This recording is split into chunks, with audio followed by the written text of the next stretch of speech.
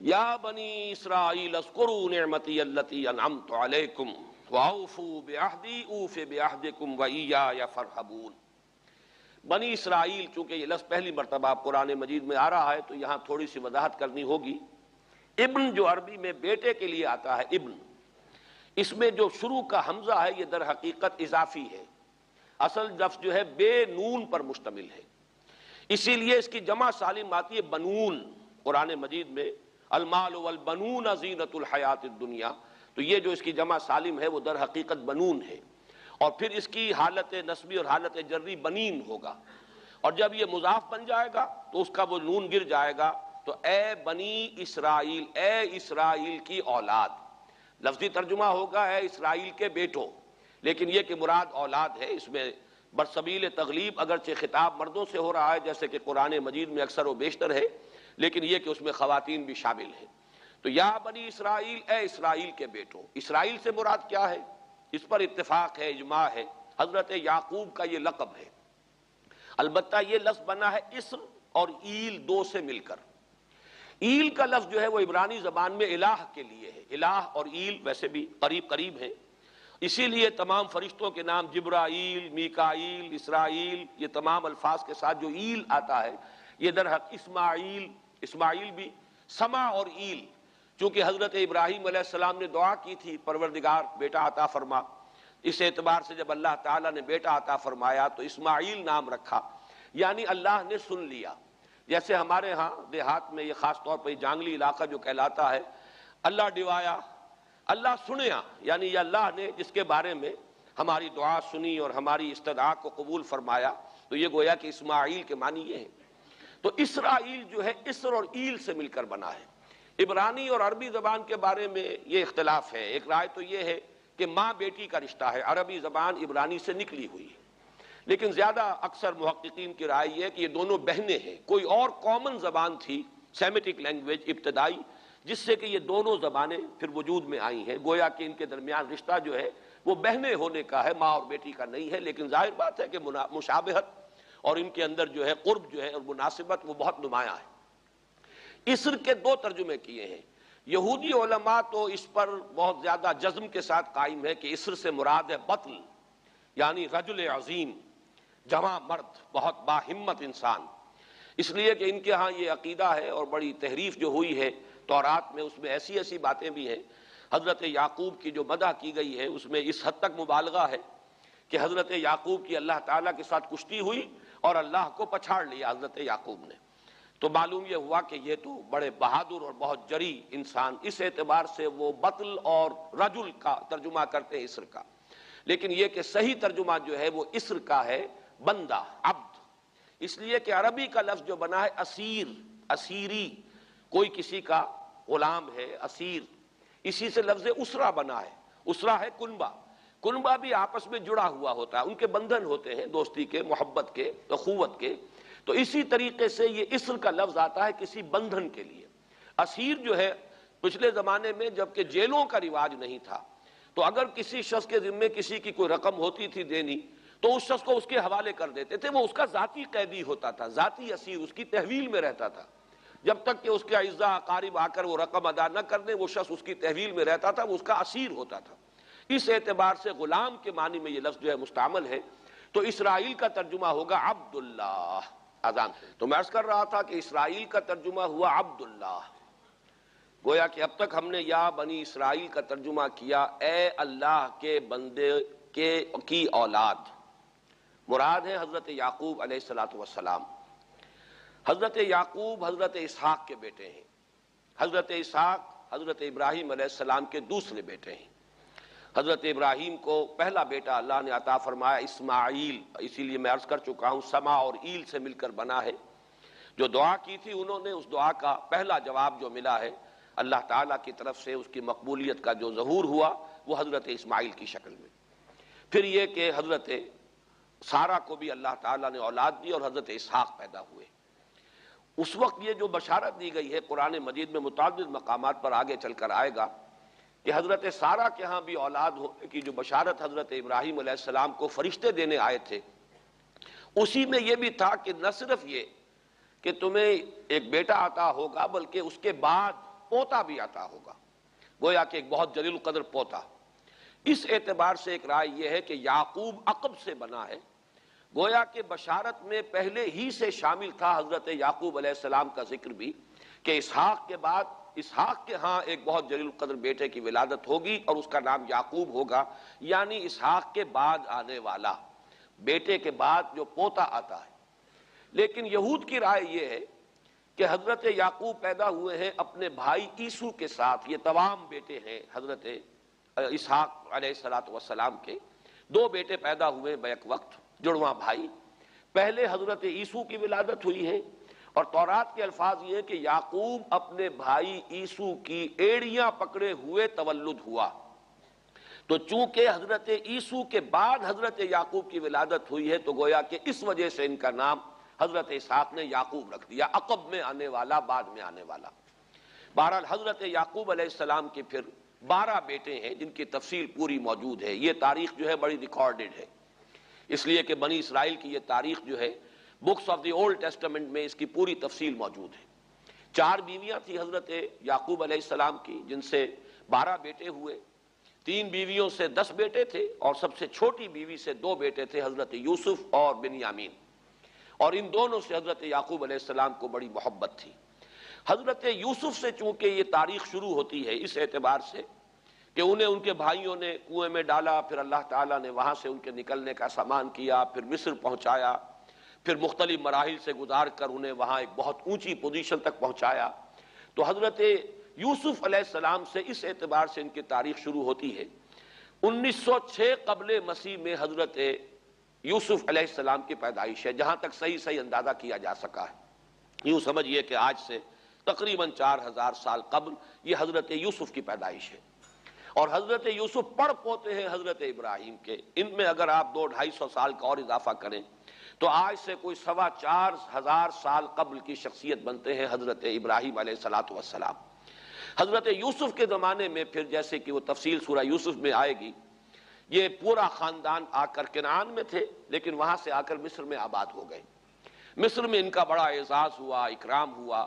اس کے خاص حالات تھے کہ مصر میں اس وقت جو بادشاہت تھی وہ اصل مصر کے لوگوں کی نہیں تھی، بلکہ یہ بھی سیمیٹک لوگ تھے جو جا کر جنہوں نے عراق وغیرہ کے علاقے سے ہی جا کر انہوں نے فتح کیا تھا مصر کو، لہٰذا انہیں فرعون نہیں کہا گیا قرآن مجید میں، وہ فرائنہ کا خاندان نہیں ہے، بلکہ وہ تاریخ میں ہکسوس کنگز کہلاتے ہیں۔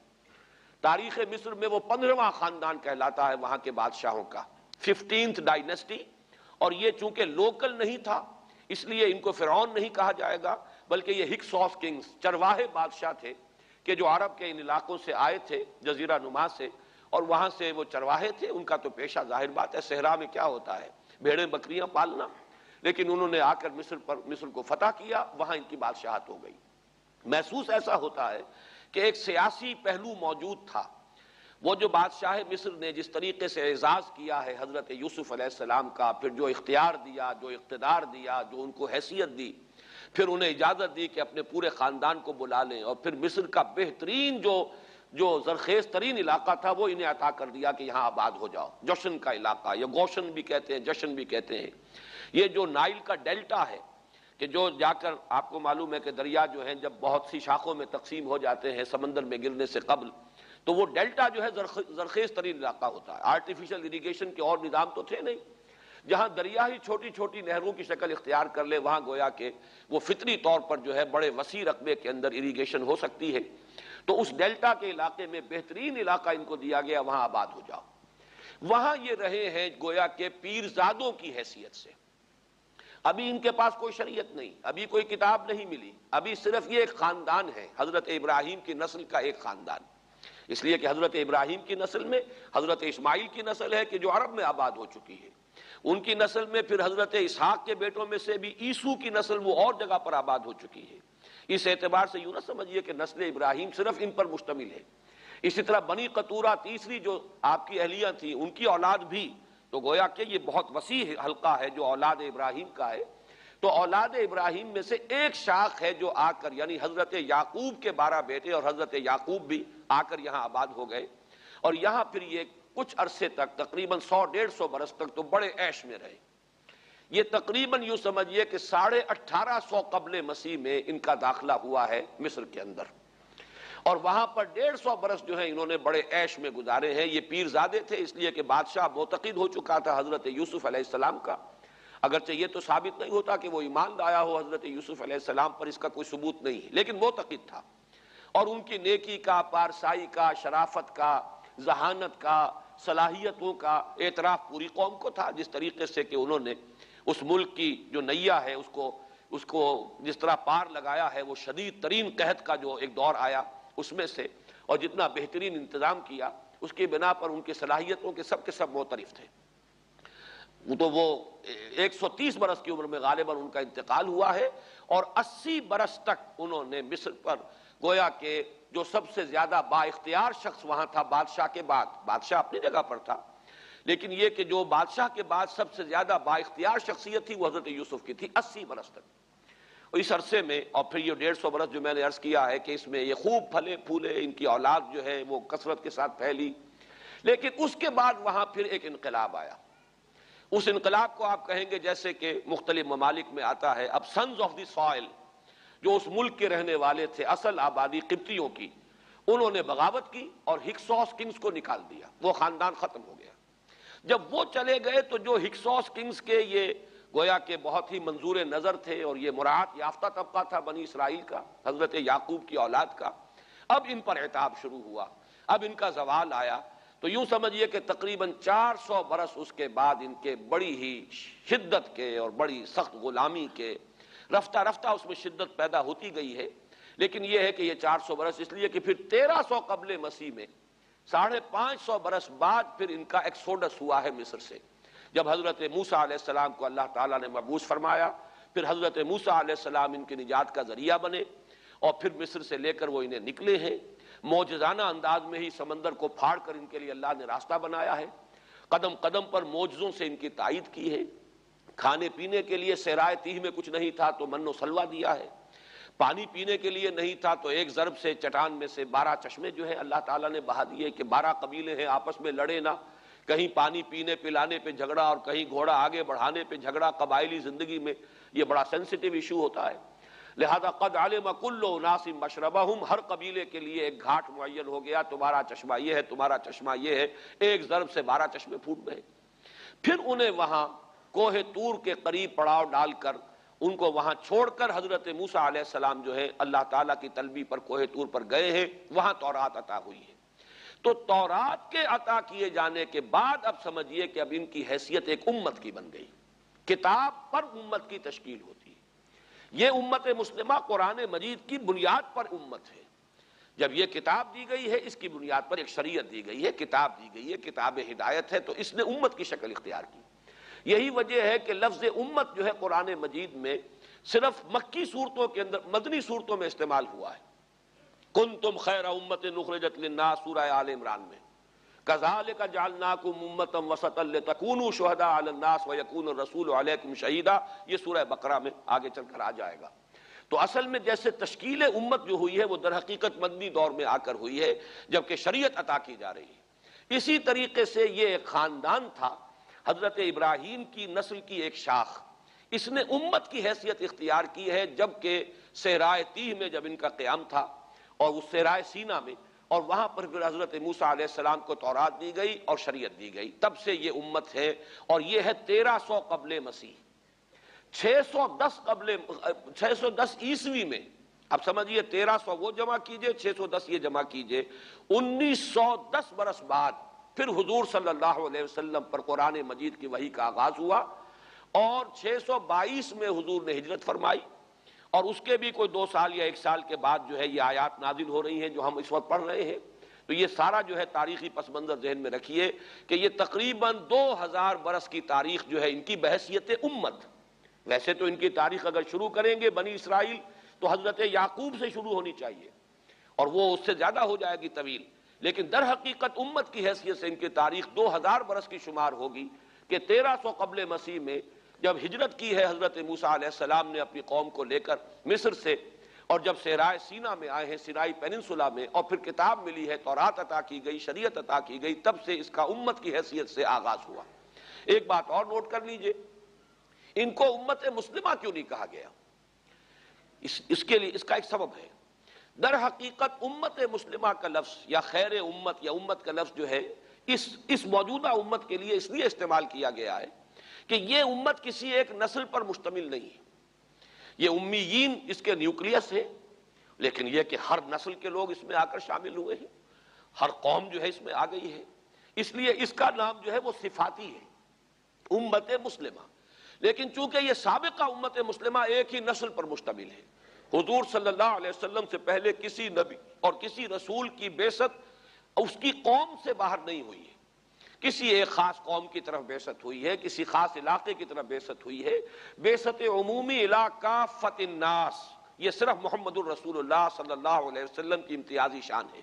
وما ارسلناک الا کافۃ للناس بشیرا ونذیرا۔ اس اعتبار سے ان کا جو ہے اس میں علم گویا کہ بنی اسرائیل ہی ہے کہ جو برقرار رہا ہے، اے اسرائیل کی اولاد۔ اگرچہ میں اس موضوع پہ تقریریں کر چکا ہوں، لیکن آج پھر اس گفتگو کے حوالے سے بات چیزیں تازہ کرتا ہوں۔ اس وقت عالمی سطح پر یہودی جمع عیسائی بریکٹ میں کر لیجیے، اور امریکہ جمع یورپ یہ بریکٹ میں کر لیجیے، ان کا اندر معاملہ کیا ہے؟ اصل جو ہے اس میں پیچھے مائنڈ ہے، ماسٹر مائنڈ، سازشی ذہن، وہ یہود کا ہے۔ باقی عیسائی آلہ کار بن گئے ہیں۔ جو 100% آلہ کار ہے یہود کا وہ پروٹیسٹنٹس ہیں۔ پروٹیسٹنٹزم یہود ہی نے پیدا کرایا تھا، یہود ہی نے یورپ کے اندر سود کا رواج شروع کروایا، ورنہ سود حرام تھا۔ وہاں پر بھی یوزری بھی اور کمرشل انٹرسٹ بھی دونوں حرام تھے، یہ یہودیوں نے کروایا۔ اور پھر پہلا بینک بنوایا ہے انگلستان کے اندر، بینک آف انگلینڈ، اور جو پوپ کے خلاف بغاوت کرائی تو پہلی بغاوت ہوئی انگلستان کے اندر، جو چرچ آف انگلینڈ علیحدہ ہو گیا پوپ سے، اور اسی کو یہودیوں نے قرار دیا یہ ہمارا ماڈرن اسرائیل ہے، یہ اسرائیل ہمیں دیا ہے گاڈ نے، یہ جو ہے برطانیہ۔ اس کے کچھ عرصے کے بعد یہی جو ہے ایکسوڈس ہوا ہے، اور وہ امریکہ میں جا کے آباد ہوئے۔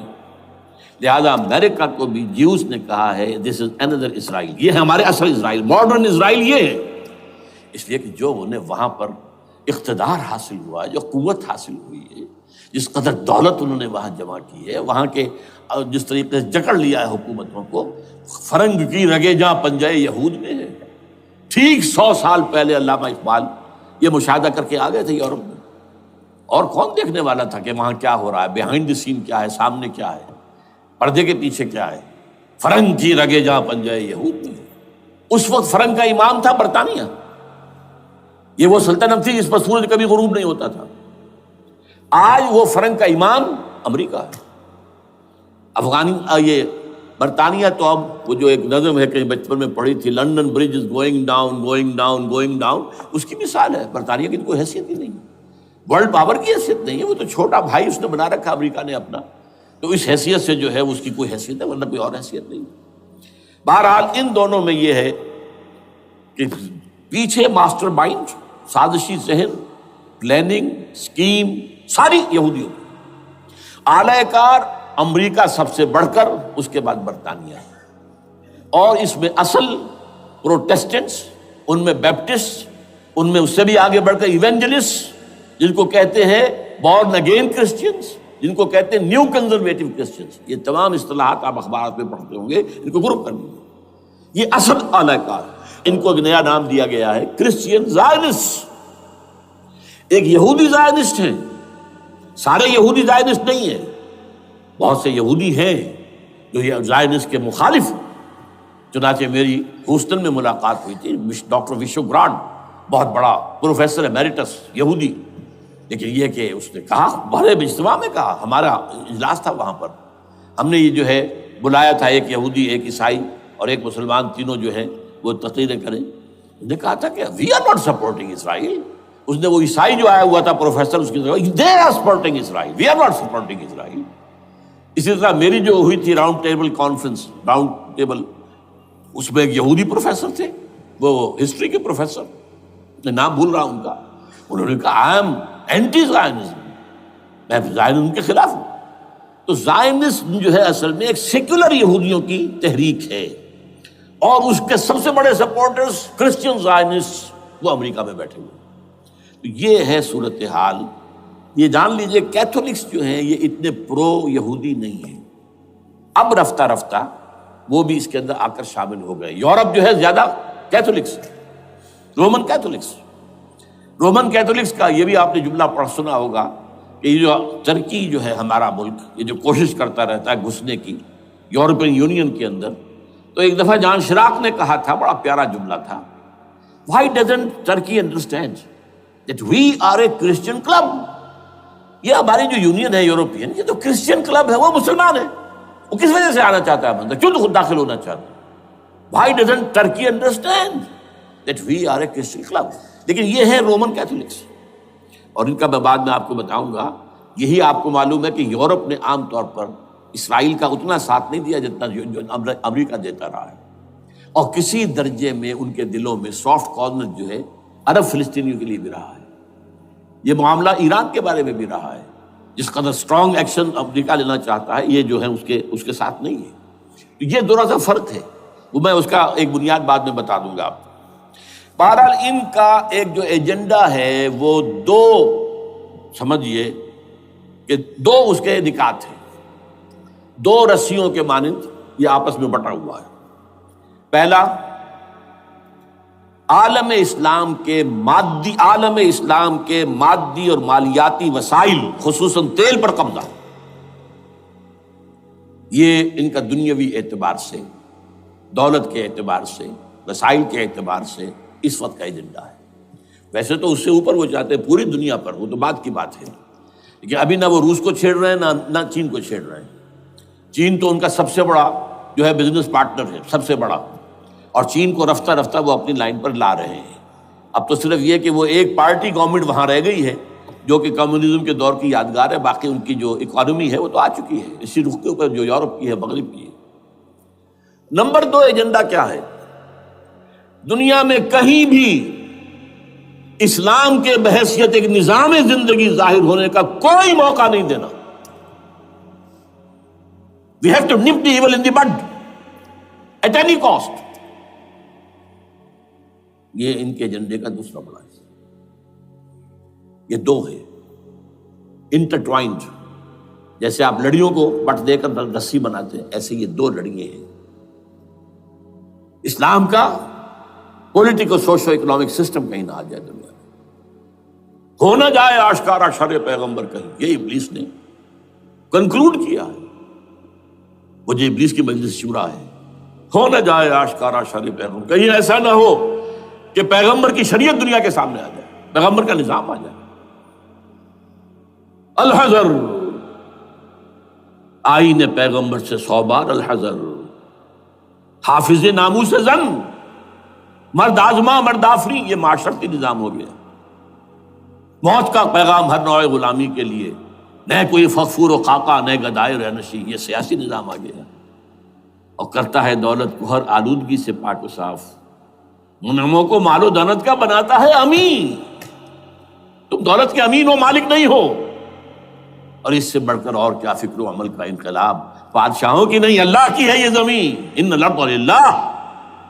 یہ نظام کہیں نہ آ جائے دنیا، یہ جس پہ کہ وہ خطرہ محسوس کر رہا تھا۔ اور اس کے بعد یہ کہتے ہیں، یہ تو تھا عصر حاضر کے تقاضے، لیکن یہ کہ صورتحال کیا ہے؟ ہو نہ جائے آشکارا شر پیغمبر کہیں، ہے یہی، یہ معاملہ اس طرح رکھو کہ خود مومن ہے محروم یقین، یہ غنیمت ہے کہ خود مومن ہے محروم یقین۔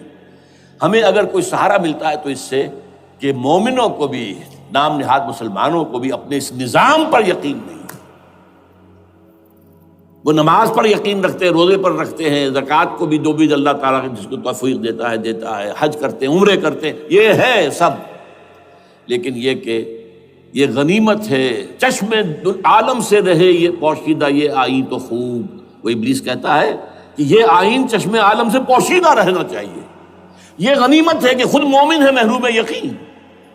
ہمارے لیے جو ہے اگر کوئی سانس لینے کی جگہ ہے وہ یہ ہے حوصلہ افزائی اگر ہے تو اس میں ہے کہ خود مومن محروم یقین ہے، اس کے سامنے وہ راستہ ہے ہی نہیں۔ اب لیجئے یہودیوں کے ایجنڈے کو میں تجزیہ کر رہا ہوں۔ سب سے پہلے World Bank, I M F, globalisation, TRIPS, ان تمام ہتھ کنڈوں کے ذریعے عالمی مالیاتی استعمار جو بظاہر امریکہ کا ہوگا حقیقتاً یہود کا ہوگا۔ یہودیوں کے نزدیک پوری نوع انسانی حیوانوں کے مانند ہے۔ They are not human beings. They are goyams. They are Gentiles. یہ انسانی شکل میں حیوان ہیں، اور جیسے حیوانوں کو ایکسپلائٹ کرنا، استعمال کرنا انسانوں کا حق ہے، گھوڑے کو آپ باندھتے رہے ہیں نا ٹانگے کے آگے، اور بیلوں سے آپ ہل جتواتے رہے ہیں، تو جیسے یہ حق ہے ایسے ہمارا حق ہے پوری دنیا کے جو ہے وسائل ان کو کھینچے۔ ہاں جیسے گھوڑے اور بیل کو بھی کچھ نہ کچھ دانہ تو ڈالنا پڑتا ہے، چارہ تو دینا پڑتا ہے، تو ان کو بھی کچھ دو۔ یہ پوری نوع انسانی ورکرز بن کر رہ جائے، حیوان بن جائیں، بالکل شہوت کے غلام بنا دو انہیں، اخلاقی اقدار کا بیڑا غرق کر دو، خاندانی نظام کو تہوبالا کر دو۔ یہ باقاعدہ جو protocols of the elders of دی زائن تھے ان سب میں موجود ہے لکھا ہوا، جو 1897 میں انہوں نے پاس کیا اپنا پروگرام بیسل میں، سوئٹزرلینڈ کا ایک شہر ہے۔ Protocols of the elders of دی زائن، ان کو حیوان بنا دو، بس حیوانوں سے کام لیتے رہو۔ ہاں ان کی کمائی کا کچھ حصہ ان کے لیے چھوڑ دو، وہ بھی زندہ رہیں، وہ بھی آخر کام کیسے کریں گے، اور اصل جو ہے ملائی کھینچ دو اپنے اس نظام کے ذریعے سے۔ World Bank, I M F, stock exchange, TRIPS, globalisation, اس کے ذریعے سے عالمی مالیاتی استعمار۔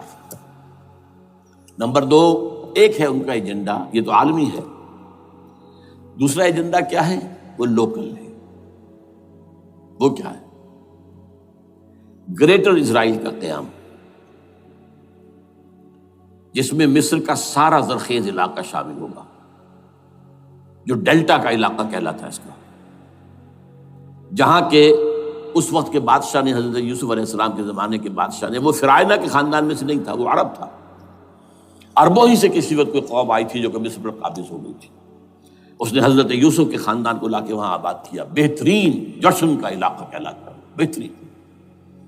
وہ کہتے ہیں ہمارا ہے، ہم رہے وہاں پر کئی سو برس تک رہے، عراق ہمارا ہے، وہاں ہمیں قید میں رکھا گیا، نبوکدنضر لے گیا تھا۔ عرب کا شمالی حصہ جو ہمارا ہے، وہاں خیبر میں یہودی قلعے تھے، اور وہاں مدینے کے اندر جو ہے 3 قبیلے یہودی تھے جنہیں محمد نے صلی اللہ علیہ وسلم نے وہاں سے نکال باہر کیا تھا۔ یہ جارڈن یہ ترکی کا بھی کچھ حصہ ہمارا ہے، باقی پورا لبنان اور پورا فلسطین، یہ سب اس کے اوپر بنے گا ایک greater Israel. This is there local agenda, اور اس کے لیے ضروری ہے ایک بہت بڑی جنگ، ایسے آسانی سے نہیں ہو جائے گا۔ آرمگیڈون، جس کو حضور نے فرمایا الملحمۃ العظمیٰ، الملحمۃ الکبریٰ، بہت بڑی جنگ، جس کی خوفناکی اور تباہ ناکی کا اندازہ اس سے کیجئے۔ حضور فرماتے ہیں کہ اگر ایک باپ کے 100 بیٹے یا ایک دادا کے 100 پوتے ہوں گے تو ان میں سے 99 ختم ہو جائیں گے، ایک بچے گا۔ اور ایک جگہ فرماتے ہیں اتنی اموات ہوں گی، اتنی لاشیں ہوں گی کہ ایک نفاست پسند پرندہ جو ہے، جو گندگی پہ نہیں اترنا چاہتا، ایک تو ہے یہ کوے، چیلیں، گدھ، وہ تو گندگی ہی کی تلاش میں ہے مردار کھانے کے لیے، وہ تو لاشوں کو نوچ رہے ہوں گے۔ وہ پرندہ جو ہے نفاست پسند پرندہ، وہ نہیں اتر سکے گا، اڑتا اڑتا چلا جائے گا، لیکن لاشوں کا سلسلہ ختم نہیں ہوگا، یہاں تک کہ تھک ہار کر لاشوں پر گر جائے گا۔ یہ دور نہیں ہے، اس لیے کہ اس پر متفق ہیں یہودی بھی اور عیسائی، پروٹسٹنٹس عیسائی اس کے اوپر پوری طرح متفق ہیں۔ آرمگیڈون، جسے آپ 3rd ورلڈ وار کہہ لیں، الملحمۃ العظمیٰ کہہ لیں، الملحمۃ الکبریٰ کہہ لیں، حضور کے الفاظ میں یہ آئے گی۔ اس کے نتیجے میں گریٹر اسرائیل بنے گا۔ نمبر 3، پھر بنے گا 3rd ٹیمپل، جو ٹائٹس نے گرا دیا تھا 70 میں، سن 70 عیسوی، جسے گرے ہوئے کتنا عرصہ ہو گیا؟ 2008، اندازہ کر لیجئے 1800 کتنے برس ہو چکے۔ وہ دوبارہ بنائیں گے 3rd ٹیمپل، اور اس کے لیے مسجد اقصیٰ کو گرائیں گے اور ڈوم آف دی راک، قبۃ الصخرہ، وہاں لا کر پھر اس میں کنگ ڈیونز تھرون لا کے رکھا جائے گا۔ یہ بھی میرے علم میں پہلی مرتبہ اسی ٹرمپٹ رسالے سے آیا۔ وہ کیا ہے؟ حضرت داؤد کا، آج سے کتنے ہزار سال پہلے کی بات ہے، اندازہ کیجیے، 1000 قبل مسیح، اور یہ اب 2000 ہو گیا عیسوی، 3000 برس تو ہو گئے۔ وہ کیا تھا؟ ایک پتھر تھا جس پر بٹھا کر حضرت داؤد کی تاج پوشی کی گئی تھی، پھر اسی پر حضرت سلیمان کی تاج پوشی ہوئی، پھر اسی پر ان کے بادشاہ آتے رہے، تاج پوشی ہوتی گئی۔ ٹائٹس نے جب گرایا ہے سن 70 عیسوی میں، یروشلم کو برباد کیا، 1,33,000 یہودی ایک دن میں قتل کیے، ایک دن میں، باقی نکال دیا، بھاگ جاؤ یہاں سے۔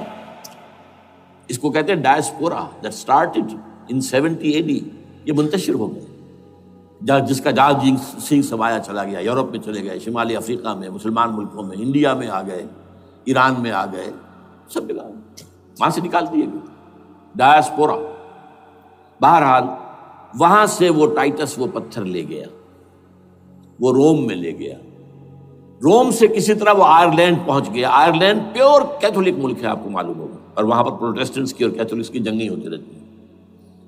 کبھی بھی شیعہ سنی مسلمانوں کی اس طور سے خانہ جنگی نہیں ہوئی ہے جیسے کہ وہاں ان دو عیسائیوں میں، کیتھولکس اور پروٹیسٹنٹس میں ہوتی ہے۔ وہ رومن کیتھولک ملک ہے بیچ میں۔ وہاں سے وہ انگلینڈ میں آیا، انگلینڈ میں جب آ گیا، بلکہ وہاں سے اسکاٹ لینڈ سے انگلینڈ میں پھر اس کو ایک کرسی کے اندر اس کی سیٹ کی حیثیت سے بنا کر ایک تھرون کی شکل دے دی گئی، اور وہ جو ویسٹ منسٹر ایبے ہے، برطانیہ کے پارلیمنٹ کے ساتھ جو چرچ ہے، ویسٹ منسٹر ایبے، وہاں اس کو لا کے رکھ دیا گیا۔ اس وقت سے برطانیہ کے بادشاہوں اور ملکاؤں کی تاج پوشی وہاں ہوتی ہے۔ تو ایک یہ ہے کہ پھر اس کو لا کر وہاں رکھیں گے۔ اب یہاں سے اختلاف ہے، یہ نوٹ کر لیجیے، یہاں تک عیسائیوں کا، یہودیوں کا ایجنڈا ایک، یہاں اختلاف ہے۔ یہودیوں کے نزدیک ان کا مسیح آئے گا اور وہ وہاں بیٹھ کر پوری دنیا پر راج کرے گا۔ وہ مسیح جس کی خبر دی گئی تھی شروع کی کتابوں میں، جو تورات کی ابتدائی کتابیں ہیں، وہ تو حضرت مسیح کی شکل میں آ گئے۔ دی پروفیسی واز فلفلڈ۔ یہودیوں نے نہیں مانا، انہیں تو قرار دیا جادوگر ہے، کافر ہے، مرتد ہے، ولد الزنا ہے، اور اپنے بس پڑتے سوری پر چڑھوا دیا۔ وہ دوسری بات ہے، اللہ نے کیا کیا، وہ ایک علیحدہ مسئلہ ہے۔ چنانچہ یہ کہ دی سچویشن از ویکنٹ، وہ مسیحا کی جگہ ابھی باقی ہے ان کی، and they are waiting for ہم۔ تو وہ آئے گا اور وہ یہاں اس تخت داؤد پر بیٹھ کر پوری دنیا پر حکومت کرے گا۔ عیسائیوں کا کہنا کیا ہے کہ در حقیقت حضرت مسیح نازل ہوں گے، سیکنڈ کمنگ آف جیسس، جس کو ہم بھی مانتے ہیں، اگرچہ ہوگا کیسے، حالات و واقعات کا کیا ہمارے نزدیک رنگ ہے وہ کچھ مختلف ہے، وہ میں اس کو بیان نہیں کر سکتا۔ حضرت مسیح علیہ السلام پھر اس تخت پر بیٹھیں گے ان کے عیسائیوں کے مطابق۔ چنانچہ پوپ جو مر گیا ہے، پال سیکنڈ، اس کو یہ ٹرمپٹ والے کہتے ہیں شیطان، اور ان کا کہنا یہ ہے کہ اس شیطان نے the old ancient holy Roman empire کو ریوائیو کیا ہے، یونائٹڈ یورپ بنا کر۔ اور ان کا مقصد کیا ہے کہ یہ فلسطین میں ایک رومن کیتھولک حکومت قائم کرنا چاہتے ہیں۔ یہودی اپنی حکومت چاہتے جو ہے، اور وہ اپنی حکومت چاہتے ہیں، یہ ان کا کہنا ہے۔ یہ میں نہیں جانتا کہ اس میں کس حد تک ان ایک دوسرے پر الزام درست ہے، لیکن جیسے کہ آپ کو معلوم ہے کہ انڈونیشیا کے اندر بھی ہوا تھا، ایک جزیرے کو تقسیم کر دیا، ایک حصہ جو ہے اس کا وہ رومن کیتھولک ریاست بن گیا ہے۔ شاید نائجیریا میں بھی اس طرح کا معاملہ ہوا ہے کچھ تھوڑے علاقے کے اندر، وغیرہ وغیرہ۔ تو یہ ہے، لیکن بہرحال یہ ان کا۔ عیسائیوں کا معاملہ کیا ہے؟ میں نے جیسا کہ بتایا کہ یہ تو اس ایجنڈے کے اندر متفق ہے، اور عیسائی بھی ورلڈ ڈومینیشن، مالیاتی جو ہے استعمار، اس کے لیے کوشاں ہیں۔ لیکن ان کے نزدیک حضرت عیسیٰ ابن مریم آئیں گے علیہ الصلوۃ والسلام، اور وہ حکومت کریں گے۔ اس پورے ڈرامے کا اسکرپٹ پورا یہودیوں کا لکھا ہوا ہے، اور انہی کی سازش اس پورے ڈرامے کے پیچھے ہے۔ البتہ بظاہر اس ڈرامے کا بڑا کیریکٹر جس سے آپ ہیرو کہیں وہ امریکہ ہے، اور اس کے تابع یورپ بھی ہے. یہ ہے عالمی سطح پر معاملہ اس وقت. ویسے میری 2 کتابیں جو ہے اس پر کتابچے ہیں. 4 سال پہلے میں نے اسی مقام پر 2 تقریریں کی تھی. ایک موجودہ عالمی حالات اور اسلام کا مستقبل. وہ دوسرا حصہ جو میں اس وقت نہیں چھیڑ رہا، ہوگا کیا اصل میں، جس میں یہ ہے کہ کہیں اسلامی ریاست قائم ہو، خلافت کا نظام قائم ہوگا کہاں ہوگا یہ میں بحث نہیں کر رہا. حضرت مہدی کا ظہور ہوگا، وہ آئیں گے عرب کے اندر. پھر یہ ہے کہ وہ جو گریٹر اسرائیل کے خلاف جہاد ہوگا، اور اللہ کرے گا کہ رفتہ رفتہ یہ ممالک جو ان سے لے لیے جائیں گے، یہاں تک کہ بالآخر ایک یہودی اعلان کر دے گا میں ہوں مسیح، جس کو کہ عیسائی بھی کہتے ہیں اینٹی کرائسٹ، اور یہ کہتے ہیں یہ بیپٹسٹ بھی کہ اینٹی کرائسٹ جو ہے وہ یہودی ہوگا. جبکہ کچھ عرصے پہلے بہت بڑا پروپیگنڈا ہوا تھا کہ اینٹی کرائسٹ جو ہے، دجال جو ہے، وہ تو مسلمان ہوگا. نہیں، لیکن وہ کہتے ہیں کہ ہوگا، یہودی ہوگا. اور پھر اس یہودی کو قتل کریں گے حضرت مسیح، دی ریئل مسیح، اصل مسیح جو اٹھا لیے گئے درمیان میں، وہ آئیں گے اور ان کے ہاتھوں دجال بھی قتل ہوگا، اور پھر مسلمانوں کے ہاتھوں ایک ایک یہودی ختم ہوگا. پھر ایک عالمی اسلامی ریاست قائم ہوگی حضرت مسیح کے ہاتھوں، اور وہاں پر حضرت مسیح، ایک حدیث میں آتا ہے، 40 برس تک پوری دنیا پر حکومت کرے گی. بہرحال یہ دوسرا پکچر ہے جو ہمارے سامنے، میں اس وقت کی تفصیل میں نہیں جا رہا. جو ان کے سامنے پکچر ہے وہ میں نے آپ کو بیان کر دیا.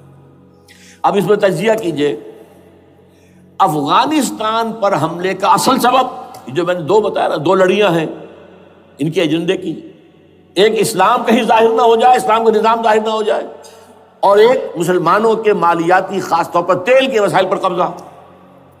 اب افغانستان میں کیا ہوا ہے، یہ سارا معاملہ تھا اسلام کا راستہ روکنے کے لیے، کہ یہاں تو اسلام ایک شکل دکھا رہا ہے اپنی، اور اگر انہیں موقع مل گیا تو یہ تو ایک ایسی ویلفیئر اسٹیٹ قائم کر دیں گے.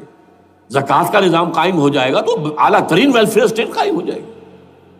اور اگر یہاں پر جو ہے یہ ساری سزائیں نافذ ہو گئی، معاشرہ کرائم فری ہو جائے گا، لوگوں میں محبت ہوگی، مساوات ہوگی، اور یہ کہ عام لوگوں کے لیے ویلفیئر ہوگا.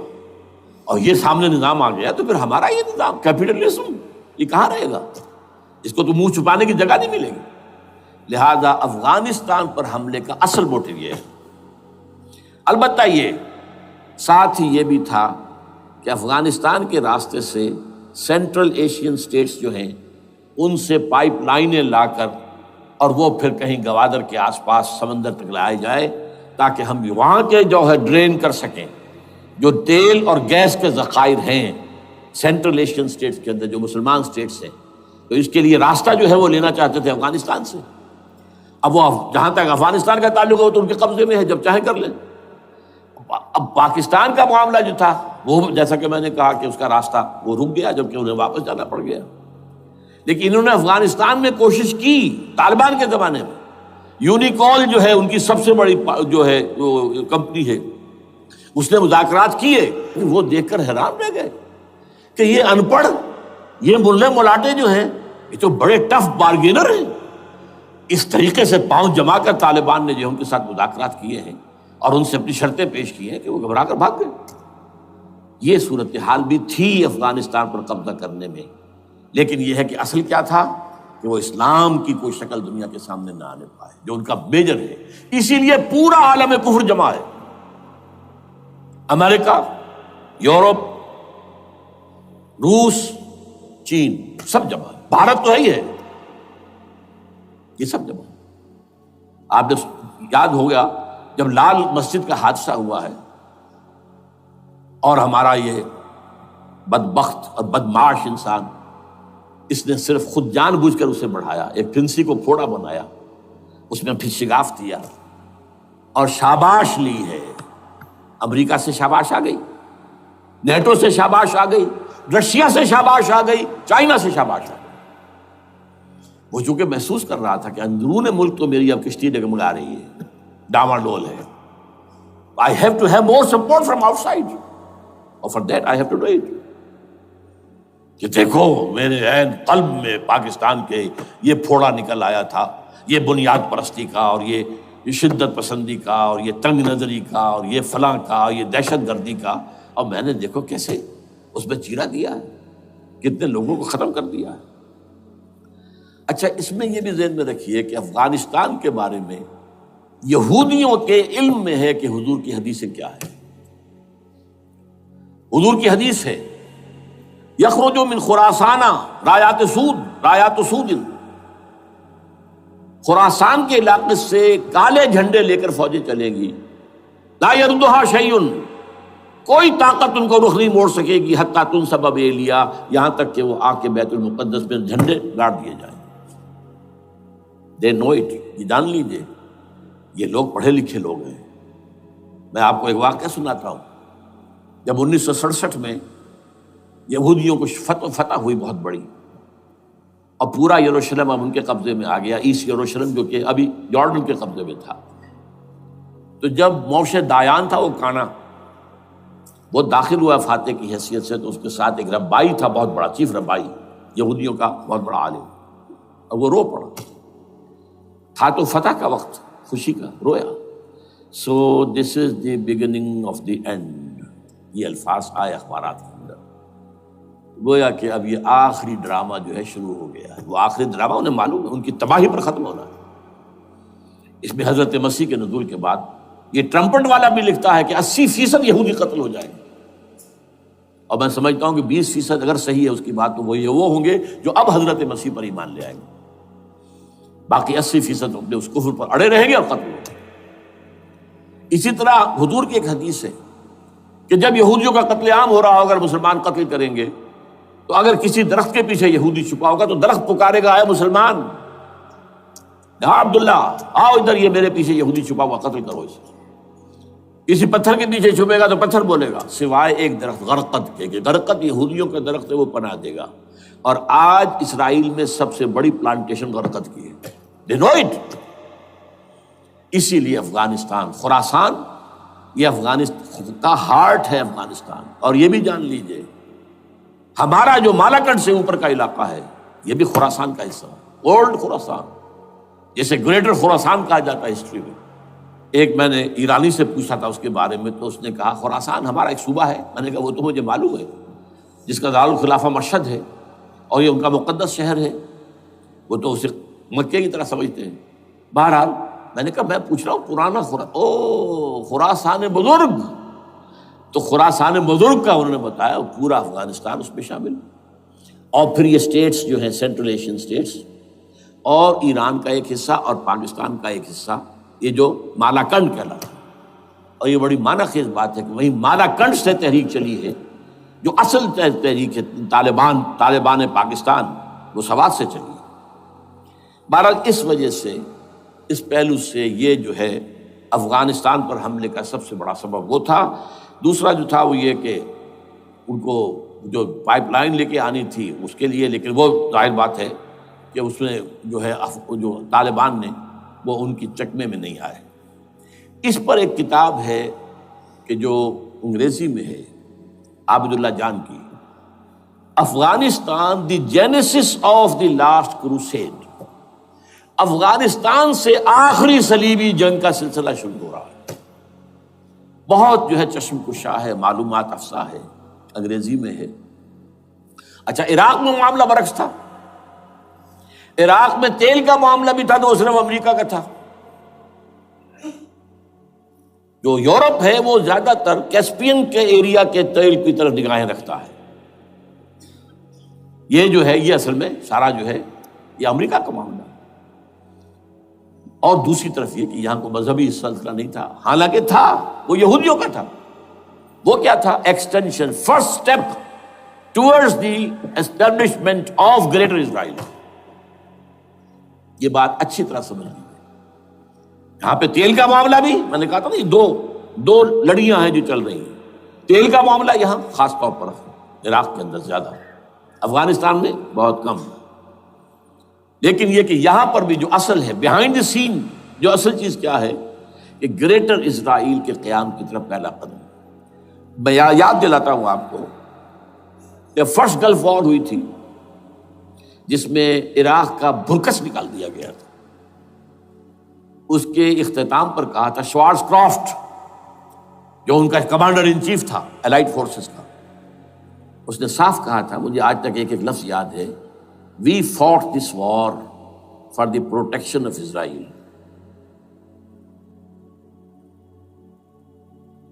اور اب جو ابھی ہوا معاملہ، جب صدام گرا ہے، اس کا مجسمہ بھی گرا ہے، تو اس کے بعد وہ شخص، وہ بدبخت، وہ خبیث جو ابھی پڑا ہوا کومے میں،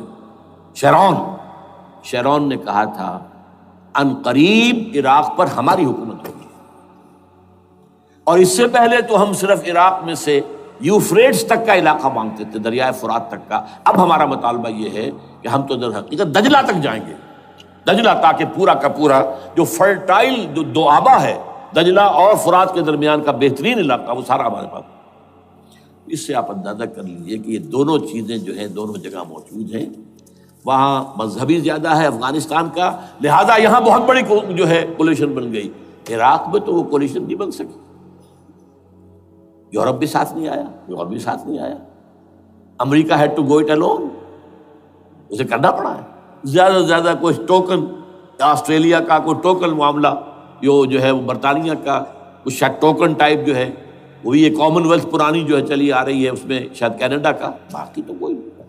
یہ جو آل ورلڈ کولیشن بنی تھی وہ افغانستان کے خلاف کیوں ہے؟ یہاں سے اسلام کی ریسرجنس کا اندیشہ ہے۔ یخرج من خراسان رایات سود لا یردها شیء حتی تنصب بایلیا۔ حضور کے زمانے میں ایلیا جو ہے وہ کن کے قبضے میں تھا؟ عیسائیوں کے۔ اس کے بعد ہمارے قبضے میں آیا، لیکن پھر کروسیڈرز نے ہم سے لے لیا تھا، اور 88 برس وہ عیسائیوں کے پاس رہا، 1099 عیسوی سے لے کر 1187 تک۔ اب پھر یہود کا قبضہ ہے، پہلے عیسائیوں کا تھا، اب یہود کا۔ اب ان سے لینا واپس، پہلی مرتبہ بھی عرب نہیں لے سکے تھے، کھونے والے عرب تھے، واپس لینے والا کرد تھا، صلاح الدین ایوبی رحمۃ اللہ علیہ۔ اب بھی کھونے والے عرب ہیں، مصر اور شام اور اردن، تینوں کا مقابلہ کیا اس نے، اسرائیل نے، اور قبضہ کیا پورے ویسٹ بینک پر، گولان ہائٹس پر، سینائی پیننسولا پر، اور یہ کھو دیا ہم نے اپنے ہاتھ سے۔ اور اب بھی عربوں میں تو کوئی دم نہیں ہے، کوئی جان نہیں ہے، ان کو عیاشیوں نے، دولت مندی نے بالکل تباہ و برباد اور کھوکھلا کر کے رکھ دیا۔ بہرحال یہ جو چیزیں میں نے آپ کو بتائی ہیں، یہ تو وہ پلانز ہیں جو سب شیاطین جن و انس کے پروگرام ہیں۔ وہ جیسے کہ کبھی کہا تھا خمینی صاحب نے، شیطان بزرگ، دی گریٹسٹ سیٹن، امریکہ، اصل میں امریکہ، اور اس کے پیچھے حقیقت میں یہود، سامنے امریکہ، پیچھے یہود۔ بالفعل کیا ہوگا یہ تو پھر اللہ ہی جانتا ہے کیا ہوگا۔ وَمَكَرُوا وَمَكَرَ اللَّهُ، کافر اپنی چالیں چلتے ہیں، اللہ اپنی چال چلتا ہے۔ اور سَنَسْتَدْرِجُهُم مِّنْ حَيْثُ لَا يَعْلَمُونَ وَأُمْلِي لَهُمْ إِنَّ كَيْدِي مَتِينٌ۔ اے نبی آپ گھبرائیں نہیں، ہم ان کافروں کو رفتہ رفتہ وہاں سے لے آئیں گے جہاں سے آپ کو بھی، جہاں انہیں احساس تک نہیں ہوگا کہ یہ تو گرفت میں آ رہے ہیں، ٹریپ ہو رہے ہیں، اور ابھی ذرا میں انہیں ڈھیل دے رہا ہوں۔ میں املی لہم ان کیدی متین، میری چال بہت مضبوط ہے۔ وہ اللہ کیا کرے گا وہ میں نے آپ کو بتایا، جھلک دکھا دی ہے۔ انشاءاللہ اسی علاقے میں پاکستان اور افغانستان، اور اس کا ہارٹ ہوگا یہ پشتونستان، سرحد اور مشرقی افغانستان مل کر پشتونستان، پشتون اسی مشرقی اس میں ہے، پاکستان کا مغربی صوبہ ہے، شمال مغربی سرحدی صوبہ، یہ ہارٹ، اور پھر پاکستان اور افغانستان، انشاءاللہ یہی ہوگا۔ اور پھر یہ کہ یہاں سے فوجیں جائیں گی جو حضرت مہدی کی حکومت جمائیں گی عرب کے اندر۔ عربوں میں جان نہیں ہے کہ وہ مہدی کی حکومت کو جما سکے۔ یخرج ناس من المشرق یؤتون للمہدی یعنی سلطان ہی، مشرق کی طرف کے کسی ملک سے فوجیں آئیں گی جو مہدی کی حکومت قائم کریں، عربوں میں دم نہیں۔ بہرحال ہوگا کیا وہ میں نے کہا کہ یہ تو اللہ کے ہاتھ میں ہے۔ اب یہ کہ کرنا کیا چاہیے، یہ ہے میری تقریر کا آخری حصہ۔ دیکھیے ذوالفقار مرزا نے جو کچھ کہا اور سید قائم علی شاہ نے، میں خوشائند سمجھتا ہوں کہ طالبانائزیشن اور ہے، اسلامائزیشن اور ہے، ٹھیک ہے، تیری آواز مکے اور مدینے. طالبانائزیشن کے اندر کچھ بغیر تعلیم یافتہ، کچھ جذباتی، اس طرح کے لوگ بھی ہیں جن میں انتہا پسندی بھی ہے، جیسے کہ میں پہلے بیان کر چکا. افغانستان میں ہوا ہے، افغانستان کے اندر بھی رفتہ رفتہ وہ اپنی چیزوں سے نکل رہے تھے، نکل جاتے ہیں، لیکن موقع نہیں دیا گیا. Nip the evil in the bud ختم کر دیا گیا. اسی طرح ہمارے سرحدی صوبے میں جیسا کہ میں بتایا 3 قوتیں برسرکار ہیں. ہو از ہو نوز اٹ، کون کیا ہے. لیکن بہرحال یہ کہ پہلی بات یہ، اسلام اور پاکستان لازم و ملزوم ہیں. یہاں اسلام آئے گا تو یہ ملک رہے گا، نہیں آئے گا تو ختم ہو جائے گا. اس میں کوئی شک نہیں. میری 2 کتابیں پڑھ لیجیے اگر اللہ توفیق دے، ہمت دے. اسلام اور پاکستان، یہ سن 67-68 کی تحریر ہے میری. جینیسس آف پاکستان کیا تھا، how Pakistan came into existence. پھر یہ کہ میں نے استحکام پاکستان کے نام سے سن 85 کے اندر کتاب لکھی ہے. یہ دونوں کتابیں پڑھی ہیں.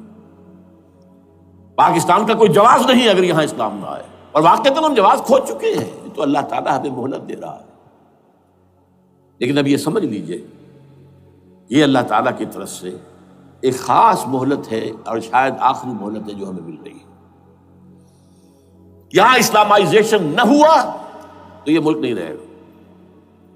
میں یہاں آپ کو ایک شعر سنا دوں. ہے تو ایک ایسی شخصیت کا جو کچھ کنٹروورشل بھی ہو گئی، بعد میں بدنام بھی ہو گئی. ایک زمانے میں جماعت اسلامی کے بڑے مخلص کارکن تھے وہ، مولانا کوثر نیازی. انہوں نے ایک بڑا تلخ شعر کہا تھا، اسلام کو اگر تیری فضا راس نہ آئے، اے میرے وطن تجھ کو کوئی آگ لگائے. ہمیں اسلام چاہیے، اور اسلام نہیں آئے گا تو یہ ملک نہیں رہے گا. کوئی زرداری، کوئی نواز شریف اس ملک کی بقا کی ضمانت نہیں دے سکتا. اس کی بقا ہے اگر تو اسلامائزیشن میں.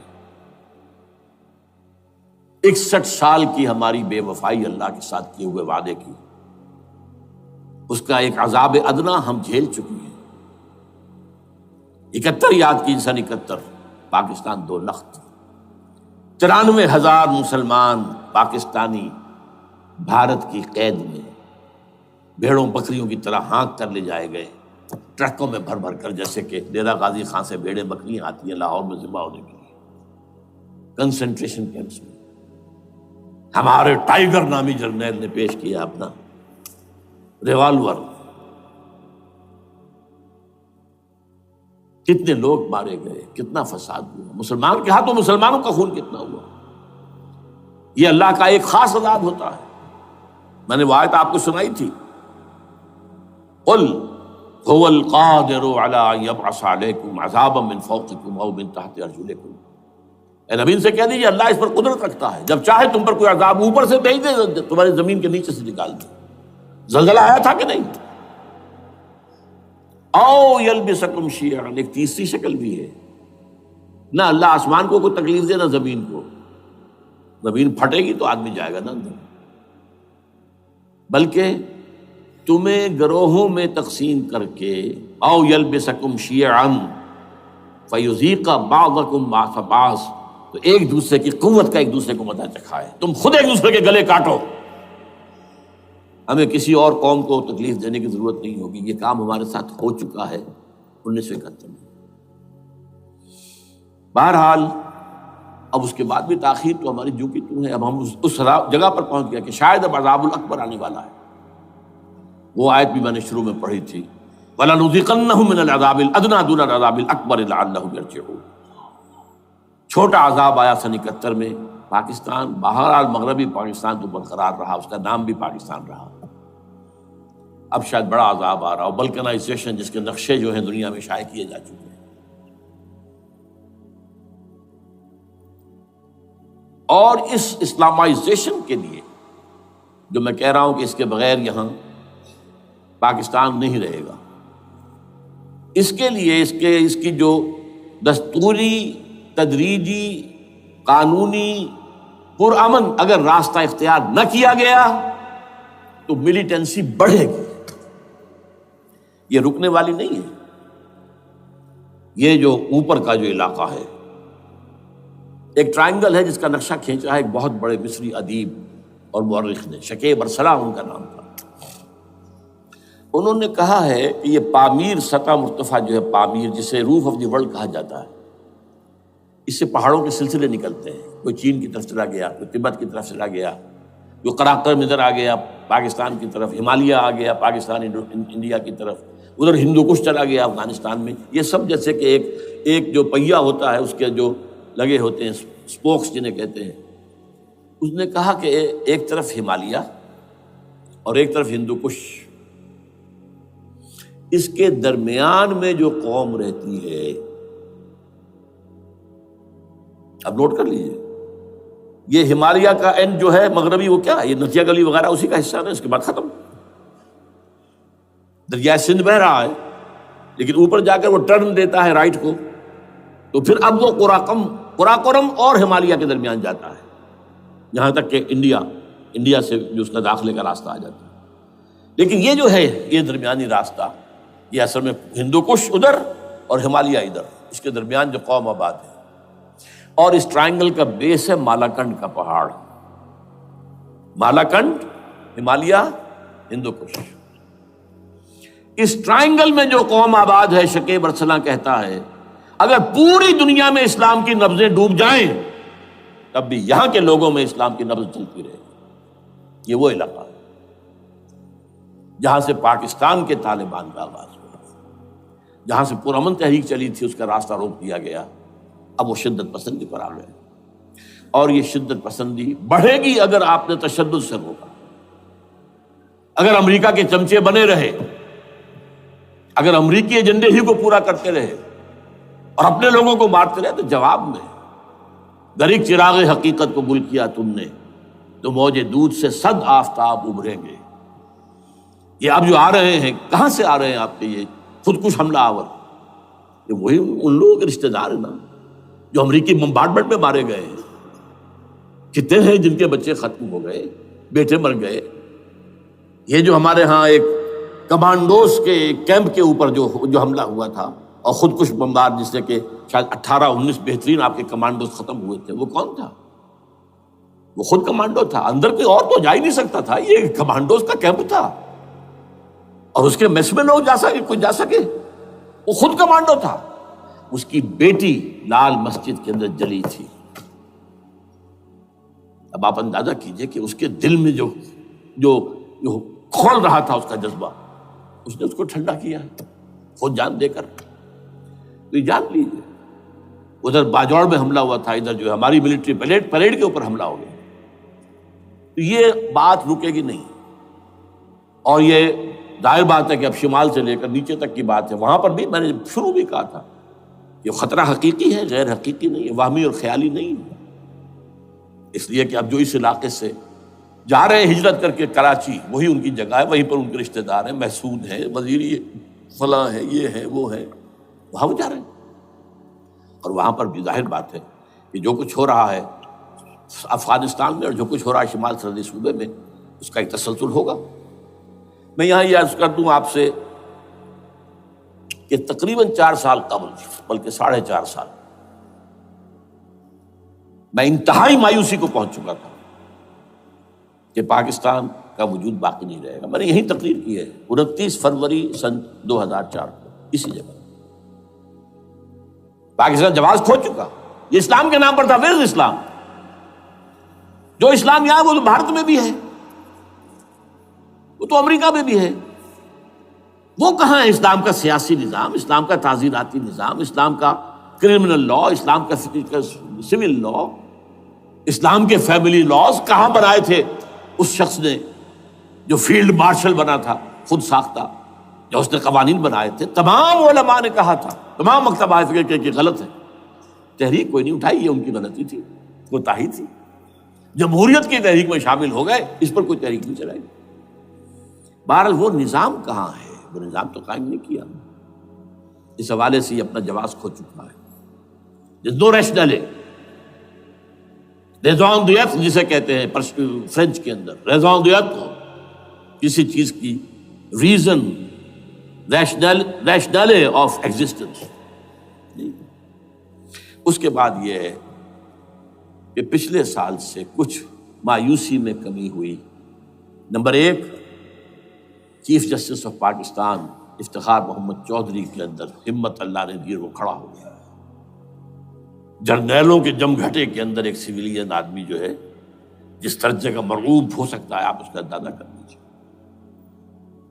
اور اس کے بعد اسپونٹینیس موومنٹ وہ کلا ہے، انہومی شے، سوچ نہیں سکتے ہم. یہ موومنٹ جو ہے یہ کوئی اسٹریٹ ارچنز کی چلائی ہوئی نہیں ہے، یہ ہمارے ہاں کے گاموں ماجوں کی نہیں ہے، بلکہ یہ تو پڑھے لکھے لوگ، وکیل، کالے کوٹ، کالی ٹائیاں، پینٹ، یہ جو سختیاں جھیلی ہیں انہوں نے. ابھی تک وہ تحریک چل رہی ہے، اگر اس سے ظاہر بات ہے وقت گزرنے کے ساتھ ساتھ اس کی وہ تیزی اور تندی میں تو کبھی آئی، اور حکومت کو موقع ملا ان کے اندر کوئی رفت پیدا کرنے کا بھی. لیکن بہرحال ان دونوں چیزوں سے میری مایوسی میں قدرے کمی ہوئی.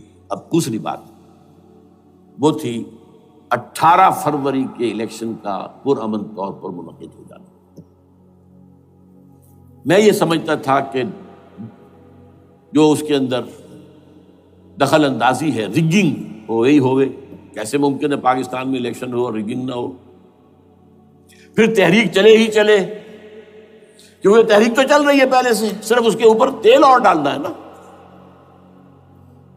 اور پھر بدامنی ہوئی ہو، اور پھر دونوں طرف گدھ بیٹھے ہوئے ہیں. The NATO forces in the west, Indian forces on the east. They will march into Pakistan. اور پاکستان کے ایٹمی دانت توڑ کر Pakistan will be put at the mercy of India, Bharat. Now do whatever you like. Condoleezza Rice کا میں آپ کو بیان سنا چکا ہوں. پاکستان کے مستقبل کا فیصلہ امریکہ اور بھارت بھی کرتا. بہرحال اب تیسری جو امید ہوئی ہے، یہ کل پرسوں میں جو ہوئی ہے، کولیشن جو ہے یہ ناکام ہوتی نظر آ رہی تھی. لیکن یہ کہ صدر کے مواخذے پر یا صدر کے خلاف جو ایک کارروائی ہو رہی ہے، اللہ کرے کہ وہ پوری ہو جائے، یا اس سے بھی بہتر ہے کہ وہ خود ہی استعفیٰ دے کر دفع ہو جائے. بہرحال یہ کہ اس سے بھی کچھ امید کا پہلو جو ہے پیدا ہوتا ہے. اب یہاں اسلامائزیشن کا پرامن، تدریجی اور اسلام اور دستوری اور قانونی طریقہ کیا ہے؟ وہ طریقہ کیا ہے؟ 1949 اور 50 میں جو عمل شروع ہوا تھا، جو اس کے بعد سے آج تک جو ہے ختم ہو گیا، اس کو اصل دور شروع کیا جائے. دوڑ پیچھے کی طرف اے گردش ایام کی. 49 میں کیا ہوا تھا؟ قرارداد مقاصد. وہ گویا کہ پاکستان میں نظام خلافت کی جڑ تھی جو رکھ دی گئی تھی کہ sovereignty belongs to Allah and whatever authority we have, it's a sacred امانت. یہ تو اصل میں استعمال کی جائے گی یہ قوت کتاب و سنت کے دائرے کے اندر. this is خلافہ. in essence it is خلافہ. خلافت کی بنیاد رکھ دی گئی. اس سے پہلے 48 میں سن 47 کی ایک تقریر کی وجہ سے جو غلط فہمی پیدا ہوئی تھی قائد اعظم کی 11 اگست کی، اس کا انہوں نے کراچی کی ہائی کورٹ بار ایسوسیشن میں جا کے کہہ دیا تھا. کچھ لوگ شرارت کے ساتھ یہ پروپیگنڈا کر رہے ہیں کہ پاکستان میں دستور شریعت پر مبنی نہیں ہوگا، یہ فتنہ ہے، غلط کہہ رہے ہیں. نفی کر دی تھی. اب یہ دوسری بات ہے کہ اندھوں کے اندھے جو ہیں وہ اس 11 اگست کی تقریر کو لیے پھرتے ہیں، اس کے ایک جملے کو، اور یہ اتنی کھلی بات جو کی شریعت کا لفظ. شریعت، پاکستان کا دستور جو سمجھتا ہے کہ شریعت پر نہیں مبنی ہوگا وہ غلط کہتا ہے، وہ شریر ہے، شرارت پیدا کر رہا ہے. یہ قائد اعظم کے الفاظ. بہرحال اس کے بعد ایک عمل کیا ہوا تھا سن 50 میں، یہاں کے سیکولر عناصر نے ایک بڑا شور مچایا، کس کا اسلام لاؤ گے؟ شیعہ کا، سنی کا، دیوبندی کا، بریلوی کا، وہابی کا، کس کا اسلام؟ اللہ تعالیٰ غریق رحمت کرے ان بزرگوں کو. پاکستان کے تمام مذہبی مکاتب فکر کی ٹاپ کی قیادت جمع ہو گئی کراچی میں. شیعہ بھی، اہل حدیث بھی، بریلوی بھی، دیوبندی بھی. 31 علماء، جماعت اسلامی بھی، مولانا مودودی بھی اس میں تھے.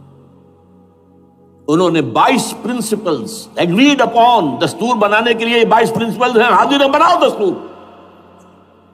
اب کوئی دلیل نہیں رہی، کوئی عذر نہیں رہا، تمام مکاتب فکر کے لوگ جمع. بعد میں ہوا کیا ہے، اس میں کس کا کتنا رول ہے، یہ بڑی درد بھری داستان ہے، میں اس وجہ کو چھیڑنا نہیں چاہتا. حاصل کیا ہے، وہاں سے ہمارا پروسیس ڈیریل ہوا، کچھ اپنوں کے کیے، کچھ بیرونی دباؤ کے تحت.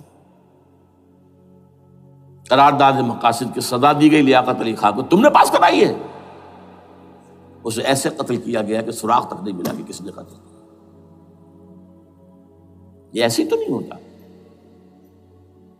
اس میں پیچھے بڑے بڑے کریکٹرز، بڑے بڑے کردار. اب اس کے بعد وہ عمل کیسے شروع ہو؟ ضیاء الحق نے جو ایک ادارہ قائم کیا تھا فیڈرل شریعت کورٹ، اصولی اعتبار سے بہترین قدم. وہ کیا تھا؟ یہ شریعت کورٹ ہے، اس میں کوئی شخص لائے پیٹیشن کہ پاکستان کا فلاں قانون جو ہے میں ثابت کرتا ہوں کتاب و سنت کے منافی ہے، یا کورٹ سو موٹے لے لے کسی بھی معاملے کو، ایگزسٹنگ جو قوانین ہیں ان کا جائزہ لے کہ اس میں یہ پورا قانون یا اس کی یہ شق جو ہے یہ خلاف شریعت ہے، اس پر آرگومنٹ ہو، دونوں طرف کے دلائل ہوں، علماء بھی آئیں، وکلاء بھی آئیں، بحث کریں. شریعت کورٹ کا تو میدان ہوتا کھلا. بالآخر اگر کورٹ فیصلہ دے دے کہ ہاں یہ ایگزسٹنگ قانون یا جو قانون قابل زیر غور ہے بننے جا رہا ہے یہ خلاف شریعت ہے یا جزوً شریعت کے خلاف ہے، تو وہ اسے کینسل کر دے گا اور کہہ دے گی کورٹ کہ اگر یہ مرکزی معاملہ ہے تو مرکزی حکومت، صوبائی معاملہ تو صوبائی حکومت اتنی مدت میں 3 4 6 مہینے کے اندر اندر اس کی آلٹرنیٹ لیجسلیشن کر لے، جیسے ہی مہلت ختم ہوگی یہ قانون ڈیفنکٹ ہو جائے گا.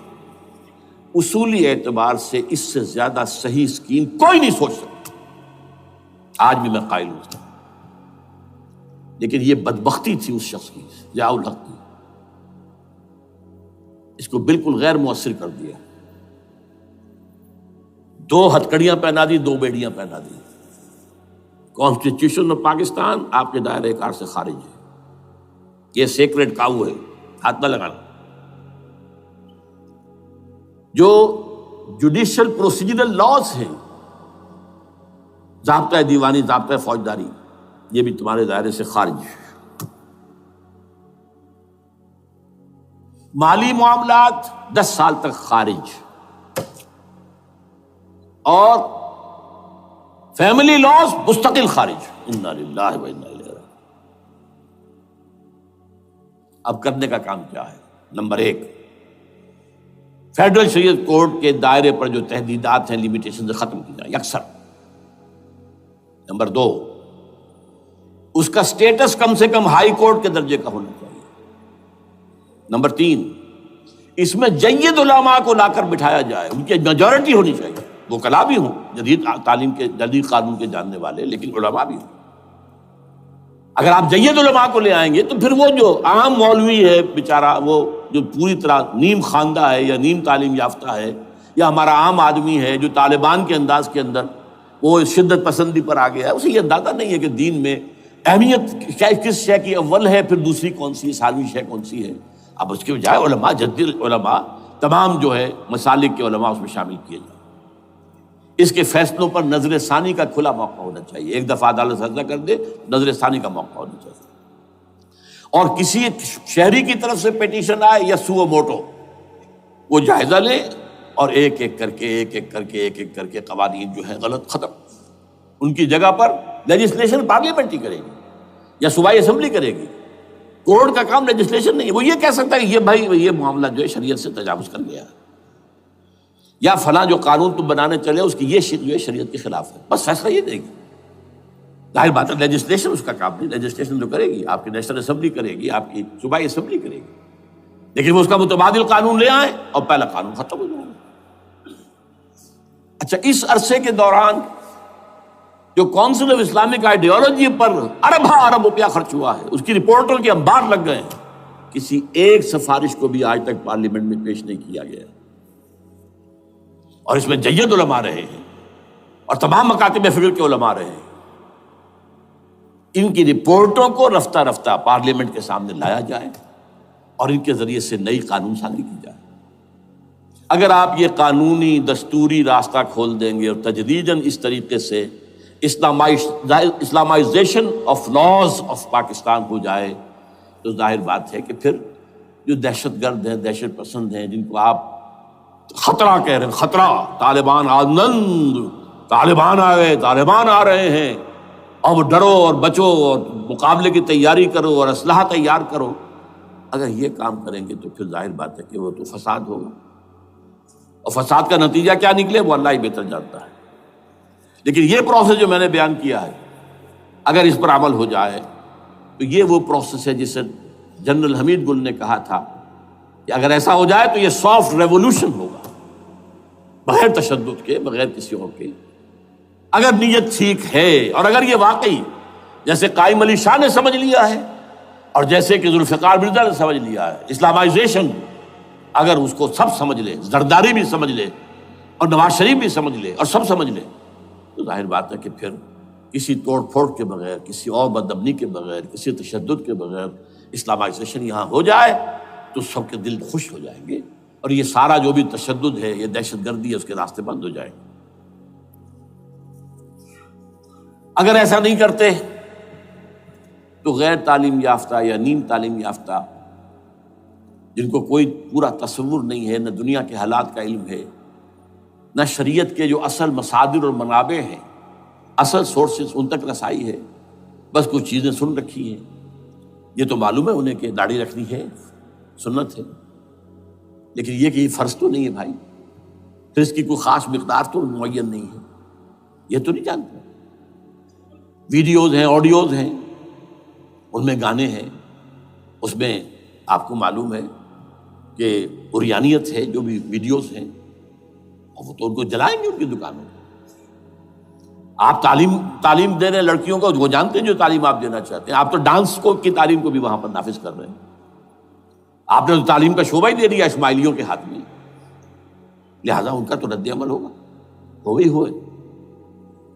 اس کا راستہ اگر روکنا ہے تو اس پروسیس سے جو میں نے بیان کر دیا ہے، جس کو میں بیان کر رہا ہوں نہ معلوم کب سے، نواز شریف صاحب، ان کے والد میاں محمد شریف صاحب مرحوم، اور شہباز شریف صاحب اور عباس شریف صاحب چاروں میرے پاس آئے تھے، 2 دفعہ آئے تھے، اور میں نے یہ ترمیمی بل پیش کیا تھا جس کے آئٹم میں نے آپ کو گنوا دیے۔